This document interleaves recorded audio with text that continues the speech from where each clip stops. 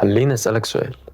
لو مسحت كل فيديوهات تطوير الذات اللي انت شفتها من حياتك، هل كانت هتختلف فعلا ولا مش هيكون في فرق؟ الحقيقة ان 90% من الناس، وانا كنت منهم وانت اكيد كنت منهم في يوم من الايام او لسه منهم، مدمنين فيديوهات تطوير الذات. والفكرة ان عمرهم ما بيتطوروا. مع كل الفيديوهات اللي هي المفروض تطورك دي برضو مش بتتطور. لو عندك بقى المشكلة دي كمل معايا الفيديو للآخر وانا هخليك تعرف انت ليه واقف مكانك مع انك بتشوف المحتوى اللي بيخلي ناس تانية كتير تنجح. خليني احكي لك عن شادو، وبالمناسبة هي الشخصية الأساسية في القناة. شادو كان أول ما بيصحى بيسمع بودكاست، كان قبل ما بينام بيسمع فيديو تحفيزي، في المواصلات كان بيسمع ملخص كتاب عن الفلوس، وهو في الجيم كان بيحط سماعته ويشغل فيديو عن الديسبلين. شادو كان دايما بيحس ان هو نسخة احسن من نفسه كل يوم، لكن الحقيقة ان جسمه زي ما هو وفلوسه زي ما هي وثقته في نفسه زي ما هي. خليني اقول لك ليه ده بيحصل. لان مخه لما بيسمع الفيديوهات دي بياخد احساس مزيف بالانجاز من غير ما فعلا يكون في انجاز.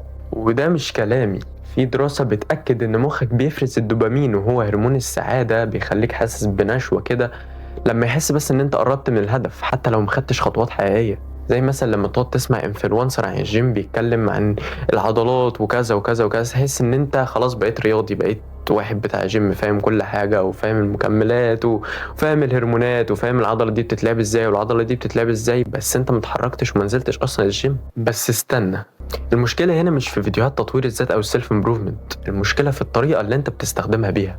وفي خطأين مهمين جدا 99% من الناس اللي بتتفرج على المحتوى ده بيقعوا فيهم، ولو في واحدة منهم عندك يبقى انت كده بتحرق وقتك.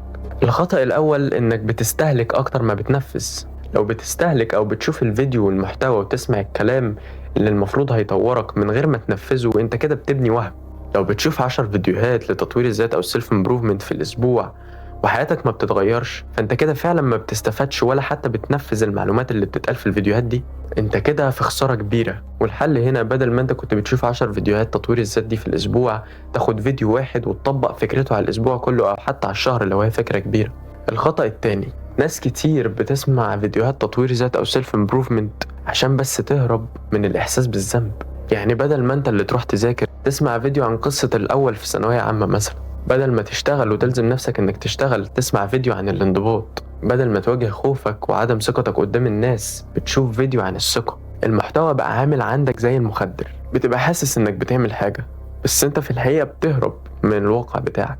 الحل هنا ان انت قبل ما تشغل اي فيديو لتطوير الذات تسأل نفسك، هو انا داخل الفيديو ده عشان فعلا اتعلم حتى لو هو مفيد، ولا داخل عشان اهرب بيه من الحاجة اللي انا رايح اعملها؟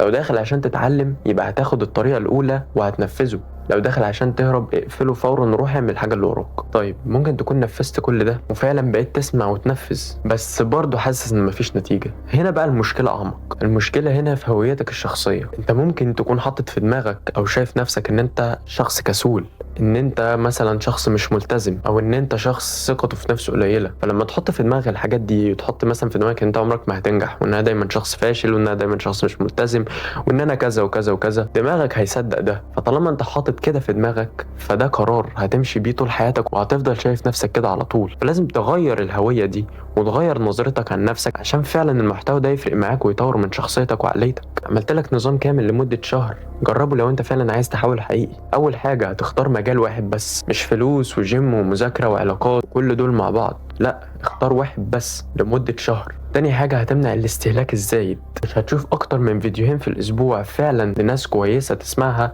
وفعلا يبقوا فيديوهين فيهم قيمه وتنفذهم طول الاسبوع. لو انت عن الجيم هتبدأ تسمع اكتر في محتوى الجيم وفعلا تنفذه في الايام اللي في الاسبوع اللي بتروح فيها الجيم.